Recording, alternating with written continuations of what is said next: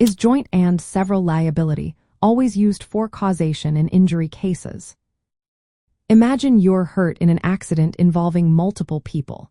You want to get full compensation, but how does the law decide who pays what?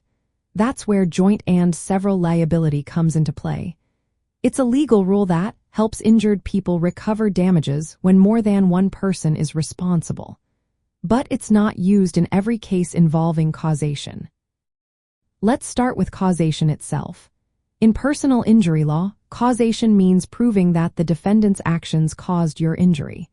When many people are involved, it gets tricky to figure out who caused what. That's where liability rules come in. If several defendants contributed to your injury, the law needs to decide how damages are split. Joint and several liability allows you to recover the full amount of damages from any one of the responsible parties. So, if 3 people caused your injury, you can go after just one of them for the entire sum. This protects you if some defendants are unable to pay.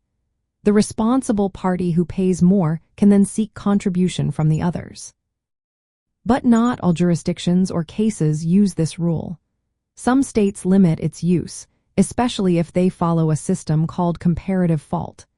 Under comparative fault, damages are divided based on each person's percentage of responsibility.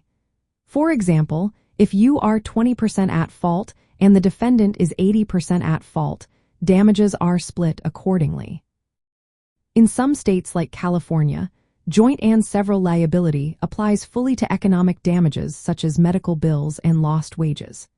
However, for non-economic damages like pain and suffering, defendants are only responsible for their share based on fault. This shows that the use of joint and several liability depends on the type of damages and local laws. When causation is clear and multiple parties are responsible, courts often apply joint and several liability to ensure injured people get full compensation.